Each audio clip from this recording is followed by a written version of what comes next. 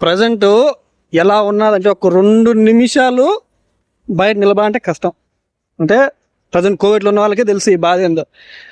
మేము ఇటు వచ్చా ఉంటే అదో ఈడు నా ఫ్రెండ్ బంగ్లాదేశ్, నా ఫ్రెండ్ చూడు చెట్లకు నీళ్లు పడుతున్నాడు పిల్లోడు బాగా. चलो ठीक है, मैं एक बात बोलता हूँ, कोविड किस लिए आया?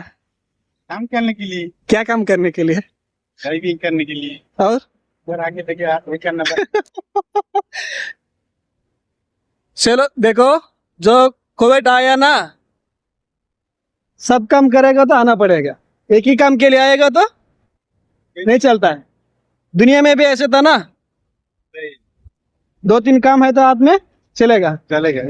एक काम की नहीं आएगा तो वो एक महीने में नहीं टिक सकता. कैसे आया ऐसे चले जाना है. ఇది పరిస్థితి కోవిడ్లో. అందుకే చెప్తున్నా ప్రతి ఒక్కరికి, కోవిడ్కి వచ్చే వాళ్ళకి కూడా చేతిలో 4-5 పనులు ఉంటేనే కోవిడ్కి రాండి. నేను డ్రైవింగ్ మాత్రమే చేస్తాను, నేను ఆ పని చేయను ఈ పని చేయను అంటే కుదరదు. ఇప్పుడు ఎగ్జాక్ట్గా టైం వచ్చి ఎంత, 6:46.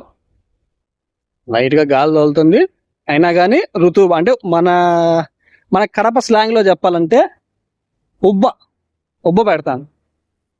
చూడు క్లియర్ కనపడుతుంది చెమట్లు.